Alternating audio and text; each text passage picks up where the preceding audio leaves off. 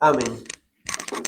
Bueno, continuando con lo que habíamos estado hablando acerca de la resurrección, hablamos de una nueva esperanza, hablábamos de otras áreas de la resurrección, y vamos a hablar acerca de la declaración de Dios. Porque resulta que dentro de la resurrección de Cristo, vamos a también a tener lo que es una declaración de parte de Dios para el mundo. Quiero que imaginemos lo que es vivir en una época romana. En la Grecia o greco-romana, la sociedad greco-romana, está este lugar donde los emperadores decían que eran hijos de Dios.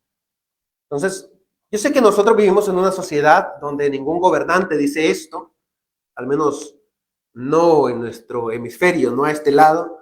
Sí hay sociedades donde sí pasa eso en la actualidad. Pero todos los políticos van a hacer alguna que otra promesa. ¿Sí? Todas las personas prometen algo. Y yo creo que siempre o más de una vez, hemos tenido personas que no cumplen su promesa, por una u otra razón. ¿Sí? Lo más común es cuando uno es adolescente y hace promesas de amor, ¿no? Luego nadie se acuerda ni qué fue lo que prometieron, ni se hablan, ni se vuelven a ver. Pero toda la gente hace promesas. Y muchas de ellas quedan inconclusas. Entonces la pregunta es, ¿cómo voy a confiar yo en una promesa de una persona cuando en este mundo no se puede confiar casi en nadie? No puedo confiar en nadie. Y aquí es donde aparece la declaración de Dios en la resurrección de Cristo, que aparece en Romanos capítulo 1, versículo 3 al 4, y que dice así: acerca de su Hijo, que nació de la descendencia de David, según la carne, y que fue declarado Hijo de Dios con poder, conforme al Espíritu de santidad, por la resurrección de entre los muertos, nuestro Señor Jesucristo. En otras palabras, lo que nos está diciendo este texto es que al momento que Jesús resucita de los muertos, es cuando se da la declaración de quién es realmente Él. Durante todo su periodo, en lo que leemos en los evangelios, nos damos cuenta cómo a Jesús se le hace esta pregunta: ¿quién eres tú? Y dice que Jesús dice: ¿quién soy yo para ustedes? A quien le pregunta más que todo es a Pedro. Dice que le dice: ¿quién dicen los fariseos, los judíos que yo soy? No, algunos dicen que eres profeta, otros dicen que eres hijo de David, otros dicen que eres un sacerdote. Y la gente decía cosas de Jesús. Y luego le dice Jesús a ellos: ¿y quién dicen ustedes que yo soy? Y dice que sale la voz de Pedro y dice Pedro: el Cristo, el Hijo de Dios. Pero ¿cuándo nos damos cuenta de que esto es real? Porque al momento que Jesús muere en la cruz del Calvario, sus mismos discípulos tienen dudas de qué es lo que han estado creyendo. O no dudas directamente acerca de Jesús, sino de cuál era la misión y el propósito de Jesús acá en la tierra. Decía la semana antepasada, el pensamiento de los judíos era: vamos a tener un sacerdote, vamos a tener un rey, vamos a tener un líder político, un profeta. Pero ahora aquel del que esperábamos que hiciera un nuevo reino, que quitara a los romanos, ya se murió en la cruz. ¿Cuál era su misión? En esta declaración de Romanos dice que él era hijo de David según la carne. Ya vamos a ver qué significa eso. Y la otra declaración es hijo de Dios con poder por medio de la resurrección de los muertos. Cuando él resucita, hace saber al mundo: yo soy el Hijo de Dios. Y ya vamos a explicar por qué. Lo primero que menciona el versículo es que él es descendiente de David, según la carne. Esto es un poquito complicado para nosotros, porque vivimos en una sociedad donde los nombres no son tan importantes como en otras sociedades, ¿sí? Aquí sí, ¿no? Hay personas que dicen de quién eres hijo, ¿no? Pero realmente eso no es tan relevante dentro de esta sociedad, porque hay personas que no tienen grandes nombres o grandes apellidos, y son personas que usted las ve y dice: hay que respetarla. Esa persona se merece todo el respeto, por todo lo que ha hecho, por lo que ha logrado. La gente respeta a los demás. No todos, no, obviamente, siempre hay excepciones.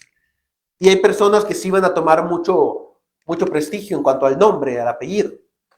Ustedes ven que a veces hay gente que no llena los zapatos de otros. Ejemplo de esto, los artistas, ¿no? Por ahí hay artistas, no recuerdo quién es en México, pero, o sea, no recuerdo quién es, tengo en la mente los rostros, pero no recuerdo cómo se llaman, pero que dicen que esperaban que su hija fuera buena cantante y a la hora de la hora resultó que no era muy buena cantando. Dicen, no, pero es que su padre tiene una gran voz y su madre tiene... Sí, pero es que queremos llenar los zapatos, ¿no? Porque es el hijo de Sutanito, ¿no? Tiene que cantar bien. Y dice, pues no funciona así la genética. Ahora, la gente toma mucha importancia a quién es tu familia en ciertos contextos. Ejemplo de esto, en la actualidad, muchas sociedades asiáticas y muchas sociedades africanas tienen esta cultura de que de quién eres hijo. ¿Sí? Recuerdo que esto era muy común hace unos años todavía, porque cuando hablaban de mi familia, recuerdo que decían los hijos de Mauro, ¿no? Es que ellos son nietos de Mauro. Dicen, mi bisabuelo no era rico, pero era respetado por el pueblo, ¿sí? Por cómo él era. Dicen que llegaban a pedir, porque él tenía graneros pequeños en la casa, tenía maíz y tenía frijoles, y a veces llegaba gente que no tenía dinero y él les daba el frijol. Él lo vendía, pero a veces la gente no llevaba para pagar. Dice que les daba. Y dicen, a él lo respetaban mucho. Entonces, cuando escuchaban de alguien, decía, oh, es el hijo de Mauro, o el nieto de Mauro. Los nombres eran muy importantes. Y aquí en este texto se dice, es descendiente de David según la carne. Esto es importante porque en el Antiguo Testamento se va a decir que el que viene como Mesías, como hijo de Dios, a gobernar la tierra, tiene que ser de la descendencia de David. Y dice, la profecía o la alianza hecha a David por parte de Dios es, tu casa va a prevalecer, tu casa va a continuar, ¿sí? Nunca voy a quitar tu casa del trono. Ese es el mensaje para David y es la alianza que se hace con él. Y ahora se nos dice que el que tiene que venir a gobernar tiene que ser hijo de David. Ahora, en Jeremías 23:5 dice así, he aquí, vienen días, declara el Señor, en que levantaré a David un renuevo justo. Y él reinará como rey, actuará sabiamente y practicará el derecho y la justicia en la tierra. La profecía es, levantaré un hijo de David. Alguien de su casa va a salir. Cuando nosotros leemos Mateo capítulo 1, versículo 1 al 17, donde se habla de la genealogía de Jesús, es una genealogía larga que menciona, dice, de tal fecha a tal fecha, 14 generaciones, de tal fecha a tal fecha, 14 generaciones, y de tal fecha a tal fecha hasta Jesús, dice 14 generaciones. Eso quiere decir más o menos 42 generaciones, 42 antepasados para atrás. Y entre ellos aparece David, y dice, y el hijo de David fue, ¿no? Y luego dice, el hijo de este fue, y llegamos hasta José, y dice el texto, quien es esposo de María, la madre de Jesús. Y ahora este texto nos dice, él es descendiente de David. Ahí viene la primera profecía. Ahora, ¿qué es importante de esto? De que él sea hijo de David.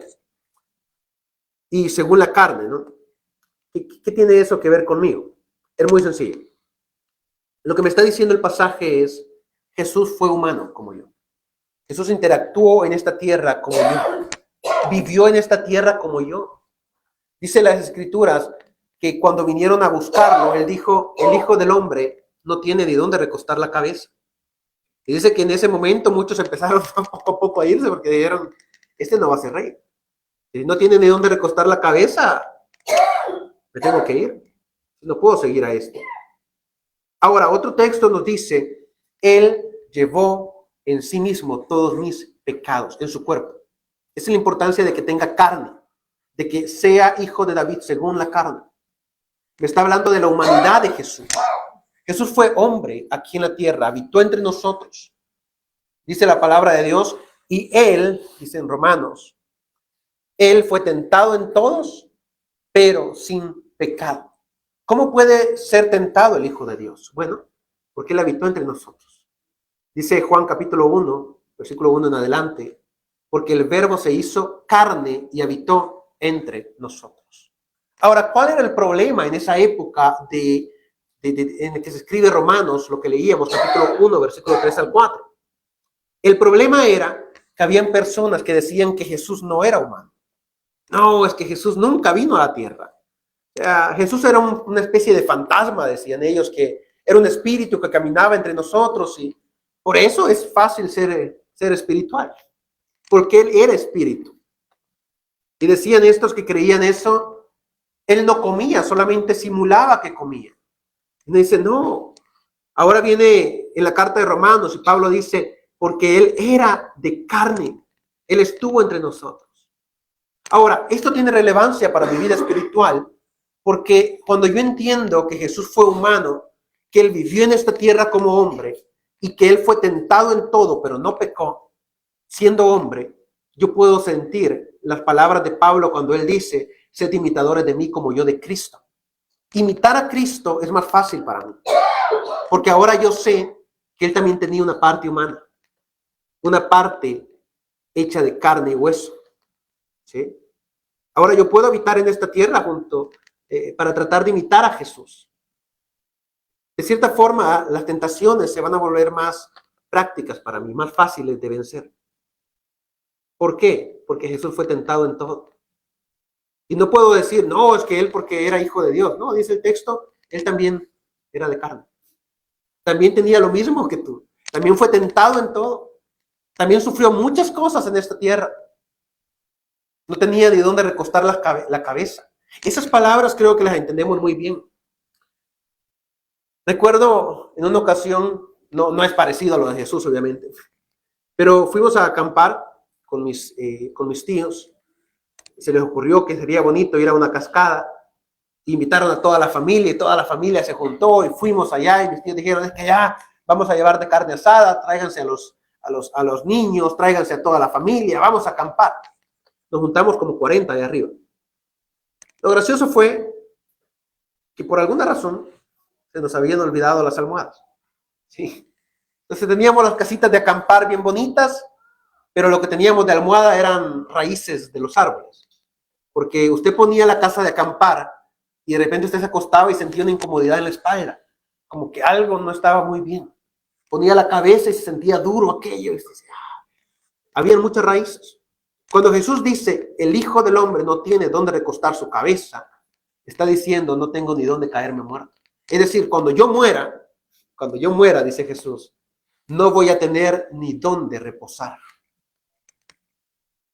¿Entendemos eso? ¿Dónde fue enterrado Jesús? ¿Dónde fue enterrado? Dice que la tumba ni siquiera era de él. ¿Quién lo tomó? Lo tomaron sus seguidores, ¿no?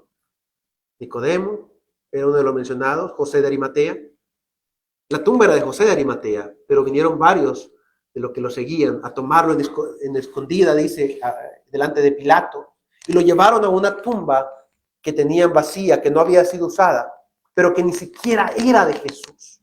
Es decir, Jesús no tenía ni cómo pagar por una tumba. Hoy en día están caras las tumbas. No sé cómo le llaman ustedes, allá le dicen nicho. No sé por qué le dicen así. Es el nicho, ¿no? Venden el nicho. No sé a qué se refiere exactamente la palabra ni de dónde sale. Venden el pedacito de tierra para que usted lo entierren ahí. Y es gracioso porque a veces ese pedacito de tierra mide 2 metros por 2. Es decir, un pedacito chiquitito, a veces ni 2 metros, sino que es 2 metros por 1 o por 50 centímetros porque solamente meten el cajón. Con que quepa el cajón, ahí está. Y cuesta $2,000, $3,000. Usted dice, ¿para qué? Ahora imagínese usted que Jesús no tiene ni siquiera una tumba propia. Él dice, no tengo ni dónde recostar mi cabeza. Vivió como hombre, sufrió como hombre, pasó penas como hombre. Esa es la importancia de entender que Él fue hijo de David en carne. Que Él también sufrió lo que muchas veces yo estoy sufriendo acá. Si yo digo que Jesús no fue hombre, entonces ¿de qué sirvió el sacrificio de Él? Porque Él fue azotado, fue escupido, fue golpeado. Y ese dolor lo sintió. Lo sintió hasta tal punto que dice la Escritura que no fue capaz de llevar la cruz hasta el Calvario, sino que tuvo que venir alguien a ayudarle. Y en los evangelios dicen Simón de Cirene. Fue puesto para llevar con él la cruz, porque su cuerpo estaba tan débil de los azotes, de los golpes, de aquel momento de tortura que había sufrido, que no era capaz de cargar la cruz sobre él. Una tarea que era fácil para la mayoría de crucificados. Era fácil porque no los habían azotado. A Jesús lo azotan porque él dice que es rey de los judíos. Eso se llama estar en contra del emperador. Hay que azotarlo. Los otros, dice, eran ladrones que estaban ahí para ser crucificados. Pero él dijo que era rey de los judíos. Eso es estar en contra del emperador. Hay que golpearlo y hay que azotarlo antes de que muera. Y lo castigan tan duro que no es capaz de llevar la cruz sobre él. Cuando yo entiendo la humanidad de Jesús, puedo entender el impacto que todos aquellos golpes fueron en su cuerpo. Cómo él sintió cada uno de esos golpes. Cómo él sufrió cada una de esas escupidas, de esos puñetazos, de esos azotes. Cómo fue que él sufrió caminar todo aquel trayecto con sus pies desgarrados, desnudo, ¿no? No como en la pasión de Cristo que lleva su taparrabo, no, desnudo, completamente desnudo, siendo visto por todos. Yo puedo entender cuál es el sufrimiento de él siendo clavado en la cruz. Siendo clavado en la cruz. Alguien estaba explicando un poco esto y dice que las Biblias han cometido un pequeño error en traducir una palabrita, que dicen que la traducen como Jesús mostró sus manos a Tomás, y lo que tienen que decir es mostró su brazo completo. ¿Sí? Porque dice que el clavo no se clava acá. Es un problema por cómo se ocupan las palabras en aquel contexto, ¿no? En aquel contexto mano es todo. Hoy en día mano es esto. Dice, tenemos que traducir todo, ¿no? Porque es todo el brazo. Porque dice que el clavo se pone acá, en esta parte de acá. Y no eran clavos finos con puntas, sino clavos cuadrados. Los que han encontrado en las excavaciones son clavos cuadrados. Es decir, no entra cortando, entra machacando. Ahora que yo entiendo que Jesús fue hecho hombre y habitó acá, puedo entender cuál es el sufrimiento de él en la cruz. Y dice Juan, capítulo 20, porque nadie me quita la vida, dice, yo la doy por mis ovejas y soy capaz de volverla a tomar. Esa idea es, Jesús fue a ese sufrimiento voluntariamente y dice, yo doy mi vida para que ustedes la tengan. Sí, él fue hecho hombre, sufrió como hombre y fue golpeado como hombre, pero todo lo hizo para entregar su propia vida. Ahora viene el segundo punto, que es hijo de Dios con poder, porque Jesús no solamente es hombre, ¿sí? No es solamente un hombre de carne y hueso. No, dice la Escritura en esto que leíamos que él fue hecho hijo de Dios con poder por medio de la resurrección y por el Espíritu que lo santificó. Eso quiere decir que Jesús también tiene este lado divino que todos conocemos. El lado donde se nos dice, y fue engendrado de una virgen y habitó entre nosotros. Y desde pequeño ya sabía cuál era su función. Cuando lo encuentran predicando o hablando con los líderes de la ley, y dice que ellos se maravillaban porque un niño de 10 años, 12 años, les estaba enseñando a ellos la ley. Dicen, ¿quién es este niño? Y dice, tengo que estar en los oficios de mi padre, dice. Porque él sabía desde pequeño cuál era su función. Sí, fue humano, tuvo su humanidad, sufrió como humano, pero también tenía su lado divino, su lado de hijo de Dios. Como dicen los teólogos, ¿no? 100% hombre, 100% Dios. No le faltó nada. Fue ambas cosas. Y primera de Juan, capítulo 5, versículo 11 al 12, dice, y el testimonio es este, que Dios nos ha dado vida eterna, y esta vida está en su Hijo. El que tiene al Hijo tiene la vida, y el que no tiene al Hijo de Dios no tiene la vida. Dijo Jesús en Juan capítulo 20, nadie me quita la vida, sino que yo la doy por mis ovejas, y tengo el poder para volverla a tomar. Esas palabras de Jesús se manifiestan en primera de Juan 5 también, cuando se nos dice que este Hijo de Dios es el que nos da la vida eterna, porque Él en sí mismo es la vida. Esa parte divina de Dios que está en él. Cuando yo entiendo a qué se refiere la palabra vida dentro del Hijo de Dios, tengo que ir a la creación. ¿Cómo se crea todo en esta tierra? ¿Quién da aliento de vida en esta tierra? Dice la creación del Génesis, y él sopló y dio aliento de vida al hombre que había creado del polvo. Esa idea de que la vida proviene de Dios, y ahora se nos dice, porque la vida la tiene el Hijo de Dios y Él es el que nos la ha dado, porque Dios lo mandó a Él a darnos. Es decir, yo no puedo vivir sin Dios. Y ahora el Hijo de Dios me ha acercado a esa presencia divina de Dios a mí. Me ha acercado a Dios. Y cuando hablamos de que Él fue Hijo de Dios y esto se manifiesta en la resurrección, es porque todos los emperadores romanos decían, somos hijos de Dios. Pero la pregunta que se hacían en esa época en la cual se escribe Romanos es, ¿cuántos de esos han resucitado? Si son hijos de Dios, ¿dónde están? Y aquí es donde viene la manifestación de Jesús como Hijo de Dios y dicen, Él no tiene una tumba. Él no está allá. Él resucitó con poder. Él fue levantado de los muertos con poder. Y dice este pasaje, el que tiene al Hijo tiene la vida, y el que no tiene al Hijo de Dios no tiene la vida. Porque este que nunca se proclamó en vida Hijo de Dios, porque dice que Jesús les decía, manténganlo en secreto, no lo digan a nadie. Pero que todo en Marcos se manifiesta esta idea, donde él dice, no lo digan a nadie hasta que llegue el tiempo. Hasta que llegue el tiempo. Ahora se nos dice en Romanos, en estos pasajes que leemos, que él es declarado Hijo de Dios por cuanto no está muerto. Ningún otro que sea proclamado Hijo de Dios ha podido decir eso. ¿Cuántas tumbas hay de grandes personajes que se creen hijos de Dios? Pero ahí tenemos los cuerpos y los cadáveres. Ahí están los huesos. Ahí están las cenizas. Yo hablaba con Vanessa y le decía que hay gente que tuvo miedo porque en una ocasión encontraron una tumba donde había un hombre llamado Yoshua, que es el nombre de Jesús en hebreo, y había el nombre de José, María, y le digo a ella, la gente se alarmó porque dijeron, es la tumba de Jesús, y encontramos su cuerpo, pero luego detectaron que en aquella época habían casi 100,000 Marías, como 50,000 Josés, casi 200,000 Joshuas, y dicen, no, pero podría ser cualquiera, porque todas las familias que hemos encontrado, porque luego encontraron más tumbas, siempre tenían un Jesús, un José y una María. No, si era el nombre más común de la tierra en esa época en Palestina. Porque Yoshua es el mismo nombre de Josué, el libertador, y toda la gente quería llamar a su hijo Josué. Es que Josué. Nosotros lo traducimos como Jesús, ¿no? Pero el nombre en sí significa Josué, el Salvador. O Dios está con el Salvador. Y dice, toda la gente quería nombrarlo así, pero la gente se alarmaba. Pero lo cierto es que hasta el día de hoy no han encontrado ninguna tumba que diga Jesús y que tenga marcas de crucifixión en su cuerpo. Porque son marcas visibles, donde han encontrado cuerpos de crucificados, que están desgarrados por dentro, que tienen sus huesos partidos, que tienen sus manos quebradas, justamente donde van los clavos.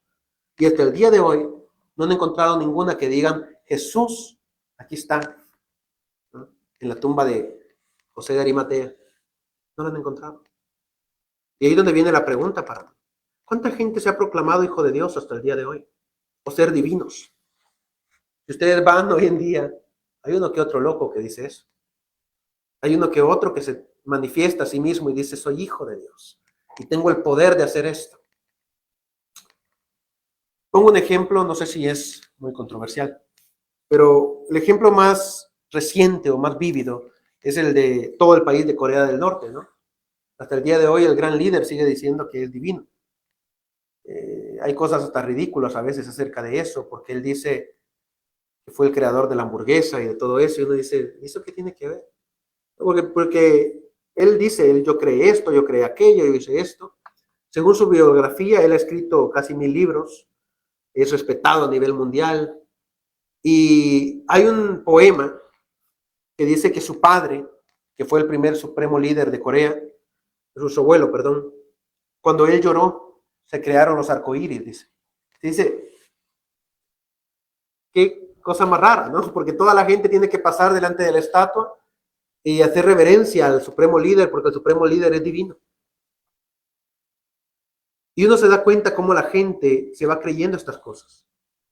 Porque es lo que pasaba en el Imperio Romano. Augusto, que fue el que vivió durante la época de Jesús, en uno de las memorias más grandes de Jesús, que es cuando él dice, dad al César lo que es del César y a Dios lo que es de Dios. En las monedas que circulaban de Augusto, decía Augusto Pontifici Maximus, eso quiere decir el emperador supremo del mundo, y ponía a un lado Hijo de Dios. ¿Así? Y esa es la razón por la cual Jesús dice, da al César lo que es del César y a Dios lo que es de Dios. Lo que está diciendo es, si César es Dios, dale lo que corresponde a Dios, pero si no es Dios, no se lo des.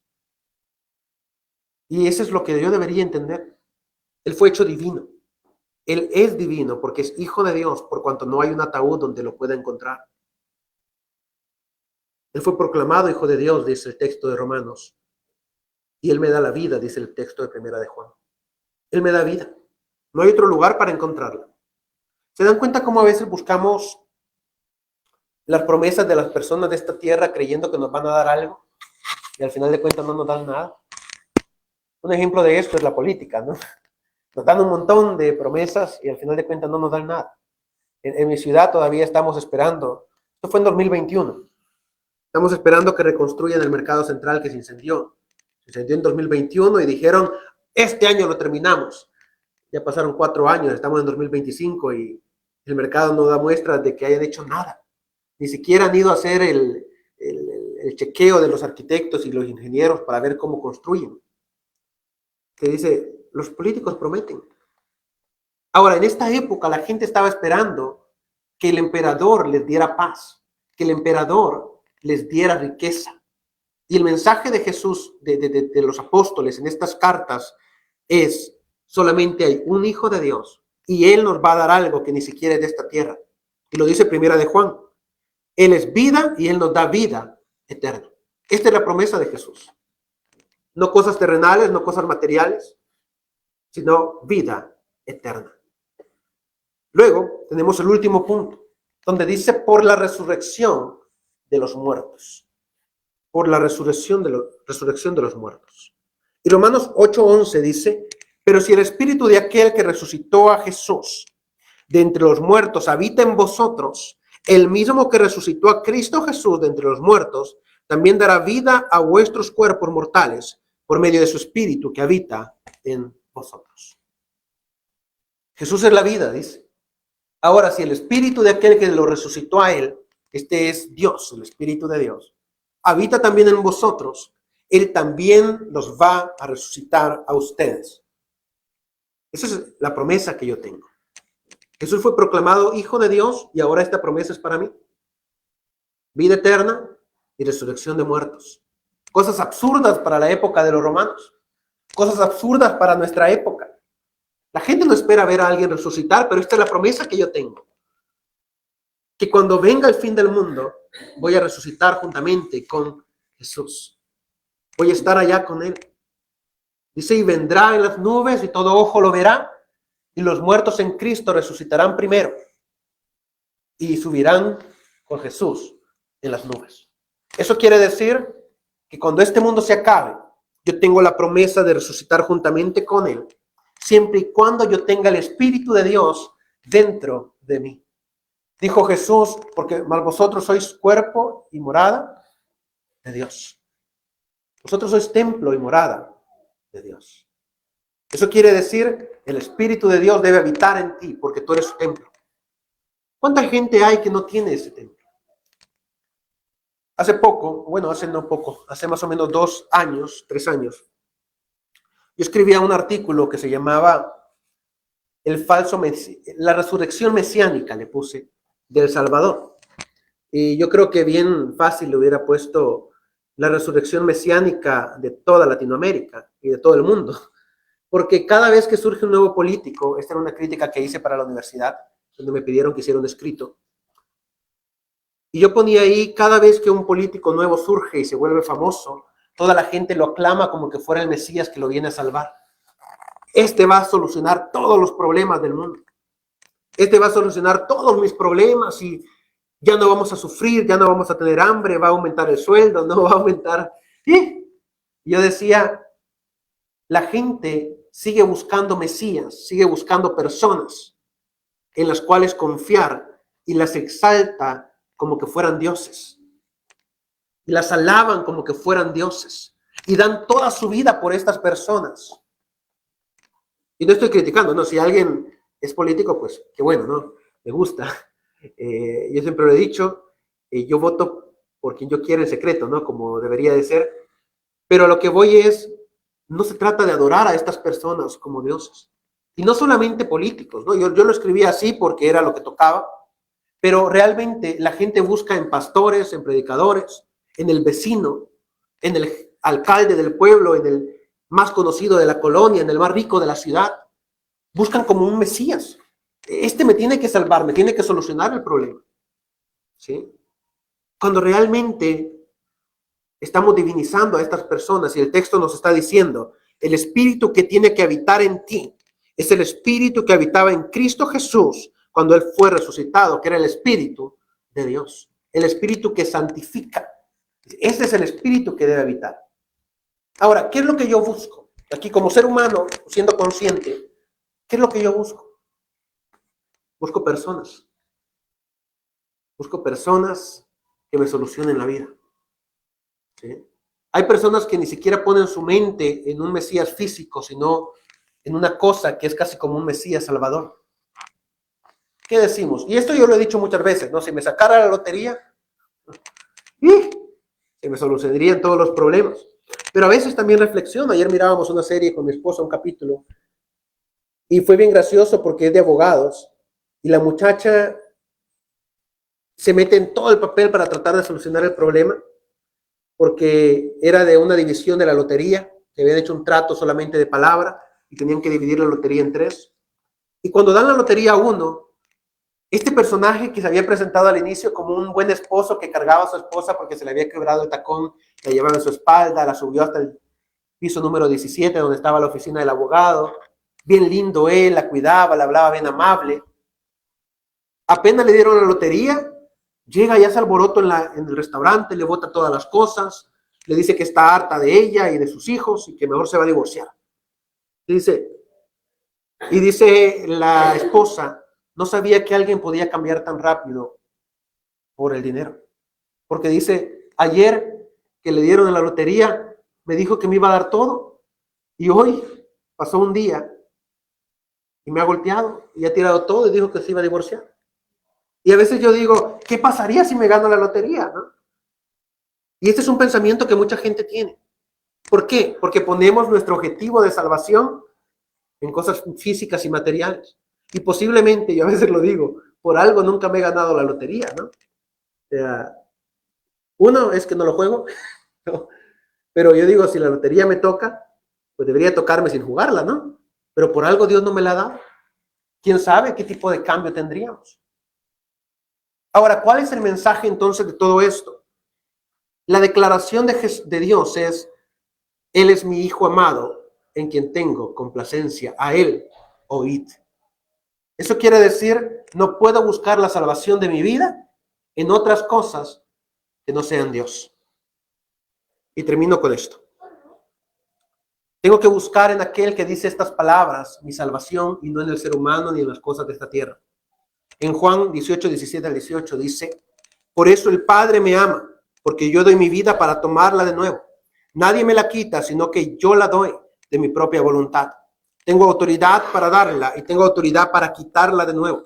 Este mandamiento recibí de mi Padre. ¿A quién tengo que seguir yo? A aquel que dice, tengo el poder para quitar mi propia vida y para dármela a mí mismo. Porque Él es quien me ha dado salvación a mí. Nadie en esta tierra me la puede dar. Ningún hombre, ninguna cosa, sino el Hijo de Dios, que fue proclamado Hijo de Dios por Dios mismo, no por nadie más. Terminamos con esto.